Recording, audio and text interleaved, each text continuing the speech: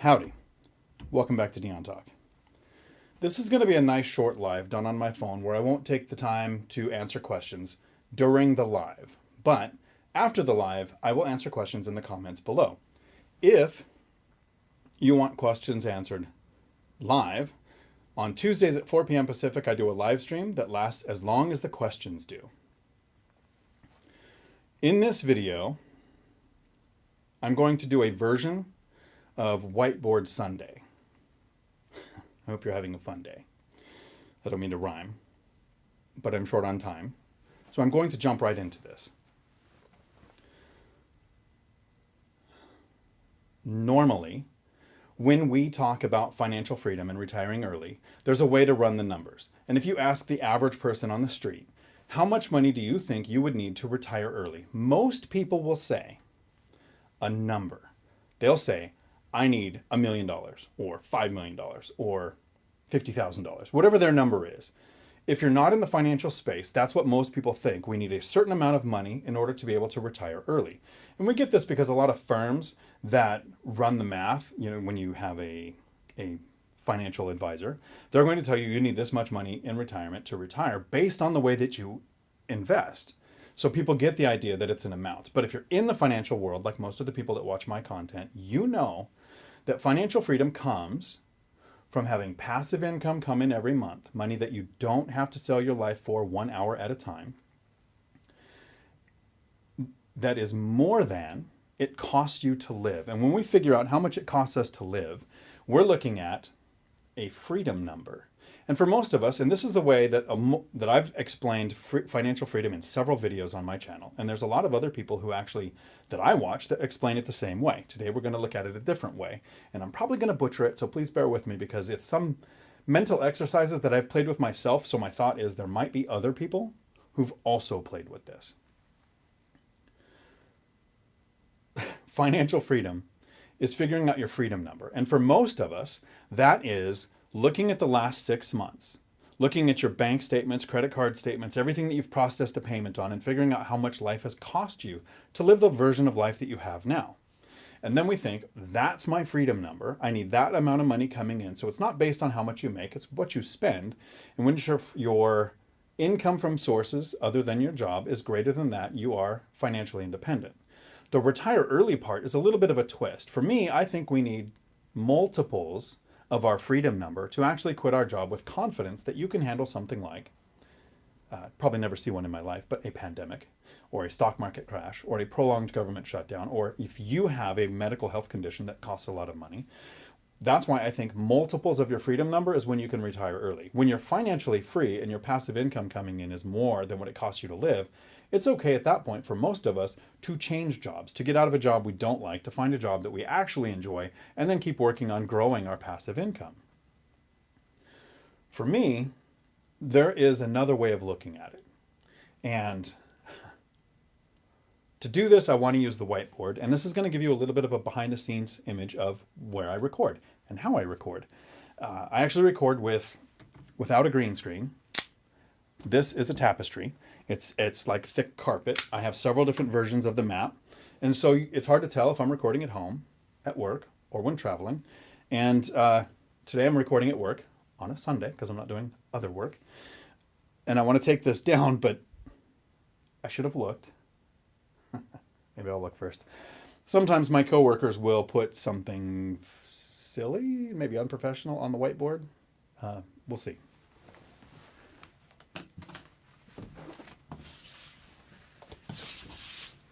No, okay.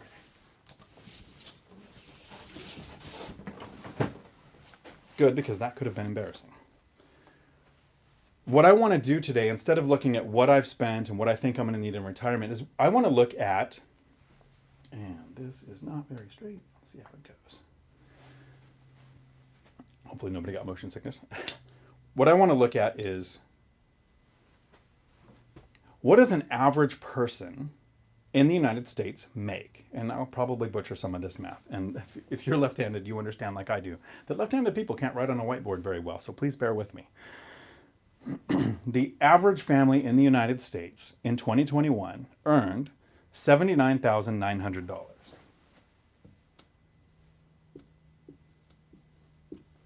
So that was the average income for a family in the United States. There are people who make a lot more.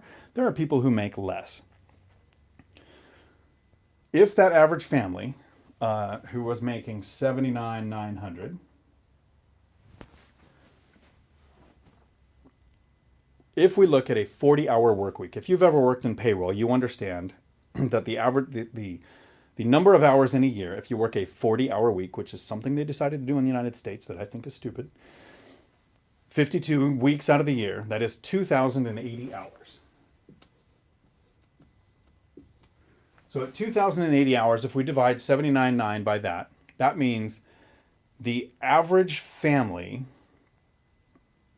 we're figuring two incomes, for a family income, would be $38.40 together. So each person is making $19.20 on a 40-hour work week. So this is selling your life 1 hour at a time to get to the average income. There is another way to look at it. There are, and I'm going to round up a little, 8,766 hours in a year. So if we look at this average income spread out over the whole year, the family is making $9.11 an hour every single hour of the day. 24 hours a day, 365 days a year. This is what math looks like for an average family. And some people will think, and I agree, this is not a lot of money. This sucks. There are people making a lot more. Hopefully some of the people watching this channel. But I've made a lot less. There were tons of years in my life where I didn't even break the $40,000 income. And I started as a single parent with 3 kids. And when I first started my financial journey, I was 40.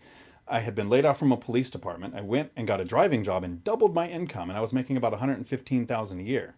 That company went on strike, and I ended up finding a job here at this truck driving school, starting at $17 an hour. So I was significantly less than this, and single though. So this is a dual income family. The single person, what is half? $39,950. So I guess if I was making 40, I was close to average. If the average family can exist on this, can survive, has a house, has healthcare, has streaming services, can take a vacation, probably not very often, but can take a vacation, what does it take, or what does it look like for me to retire early? And what I'm going to do now is I'm going to share some very specific numbers on what my portfolio looks like. A lot of times we hear people talk about 100 units, or I want 1,000 units. For me, what I want is cash flow from each unit. Right now, I have 16 rental units. Financial independence happened when I had 7 units. So it doesn't take hundreds of units or dozens of units. At 7, I was financially independent. I was not ready to retire. But currently, I've been investing a little over 10 years now. So this took about 8 years to get to these numbers. The last 2 years, it's actually grown more. It helps to have the binder strategy, which is a strategy I have that helps me get tenants to request a rent increase. So owning rental properties, but being able to get my tenants to request a rent increase makes it a lot easier to retire early. I right now have cash flow each month of $14,000. It's a little more, it's like $14,130 or something, but it's a little over $14,000. So $14,000 a month. And still left-handed people can't write up there. So that's a $14,000. That is $168,000 a year.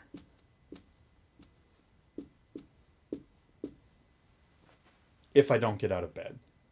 I actually still have a W-2, so I'm making that money. I make a little bit of money from YouTube. I have some affiliate marketing things like with Amazon. I make money with a side hustle being an expert witness for court cases. But those are all just side hustles. And I'm talking just passive income from rental properties. And if you're wondering how I get that much cash flow, $14,000 a month out of just 16 units, I have a video on my channel called Why So Much Cash Flow, where I break down how I've increased the cash flow over the years. It didn't look like that in the first 5 years. It didn't really look like that till the year 8 or 9. The income started to greatly increase per unit. I've never done a cash out refi. I've never done a HELOC. I've never sold a property to recycle capital. I'm focusing on growing cash flow on my rental properties. So at $168,000 a year, if we look at a 40-hour work week, my income, and this would be 52 weeks out of the year, holidays, we're counting like if you worked a holiday, everything, $80.76 an hour would be my hourly income from passive income if I had a 40-hour a week job. Since I don't, and since we're looking at how much am I making with 16 rental properties at 24 hours a day, 365 days a year, which is 8,766 hours. My income every hour, whether I'm awake or asleep, is the same on a Sunday as it is on a Monday. 19.16 per hour if I never get out of bed. So the way I'm looking at this is if a family of 4 is working to make basically $80,000 a year, they're making $38 an hour working. I'm making $80 an hour not working. This took 10 years to get to this point as a single person with one income. Every hour of the day, my rental properties, I call this horizontal money. The money keeps coming in even if I'm laying down. With this amount of money, can I afford to retire? Because a lot of us have this fear in our mind of as we are looking at retirement, we think our cost is going to go up. There's one time when our cost increases when we go to retire, and that's with healthcare. When you're working, usually your employer pays a portion of your healthcare. You know, at our company, we have 60 staff. Most of the employees are paying somewhere between $50 and $150 a month for healthcare. The employer, not me, the company, is paying somewhere between $800 and $1,600 a month. So there is more expense to having healthcare if you're not working. So I have a video on my channel called An Asset for Every Expense. You need a place to live, have an asset, pay for it. You need transportation, have an asset, pay for it. You need to eat, have an asset, pay for it. You need health care, have an asset, pay for it. You're going to have an asset for every expense. That is the one thing I think that actually might go up a little bit when we retire. But while we're working, that is W-2 income. This $79,900 is taxed at the highest tax rate that the government allows. I mean, it is incremental. The more money you make, the more taxes you're going to pay on that higher bracket of money. But this is going to be taxed. This $168,000 in income is going to be taxed $0. In 10 years, I've never paid a penny in rental income tax because of something like write-offs, but this beautiful word called depreciation. Every year my properties have gone up in value. I get to tell the government that my buildings are a year older and they've lost part of their value. So that is used as a write-off against that income. So this is taxed, that the earned income is the highest taxed thing that we have. Corporate tax, passive income tax is less. Things that we can use depreciation against are often taxed at 0, which if you're familiar with Robert Kiyosaki's cash flow quadrant, that's a good reason of why we want to move from the employee or self-employed over to the business or investor quadrant where we often pay no tax. So taxes are going to go down. While we're working, you're also saving for retirement. When I quit my job and this is my income, and I take out all the side hustles, even if I just stopped doing all of those, and that was the only thing I had, over years, rents go up. Mortgages, for the most part, stay the same as long as you're getting 30-year or 40-year fixed rate debt. No adjustable rate mortgages, no balloon payments, no loan reevaluation periods, nothing that can trip me up in 5, 7, or 10 years, just mortgages that I get. And I really don't think about, except I watch interest rates in case they dip significantly lower than what my interest rate is, like they did in 2020. And I refinanced about half my portfolio to 3% loans from 5.5 and 6%, greatly increasing my cash flow. Healthcare is a little bit more, once you start retiring, you have an asset, pay for it. Most of us think as we get older, we could have health concerns. As you get older, you're going to have Medicare as an option. This doesn't count Social Security. I call it so-so security because it might be there. There are people being born now who it might not be there for, and it might take a government bailout to make the Social Security system continue to be a thing. But that's not even included in my ability to retire. So the purpose of this was to give you just a little mental exercise of how a family is working for money. How much are you making per hour with your passive income? And if you can grow your hourly income from passive income to multiples of what somebody is earning by having to work, then there's a couple of things you need to decide. The first thing when it comes to retiring is, do you want to? The second thing is, can you afford to? Let me know in the comments below after the video, do you think I can afford to retire? Because at some point in my future, I am probably going to want to go on a date, which is going to take significantly more money than I've been spending recently. So someday I'm going to go on a date, but not today. The third thing, and I take this from a content creator here on YouTube who has his own channel, and I think you should check it out. His name is Joe Kuhn, Kuhn.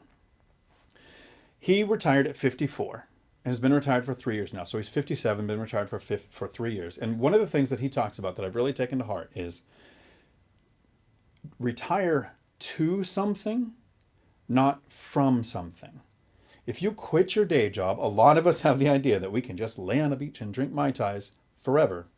How many months into that would you start to feel like you lacked purpose, like you were bored? And a lot of people, even though they don't financially have to, end up having to go back to the workplace for sanity, not just for the income. I don't want to be that person. So what are you retiring to? Another thing, you can let me know in the comments below after the video's over. I really want to thank everybody on a Sunday. Happy Father's Day to the fathers out there. In my family, we call this Happy You Should Have Used Protection Day, which is probably part of the reason most of our kids like me grow up with a complex. But happy Father's Day. Until my next video, thanks for coming to my Dion Talk. And before I wrap up, I want to thank the sponsor of today's video, who doesn't actually sponsor the video, but Skull Vodka does make the video possible.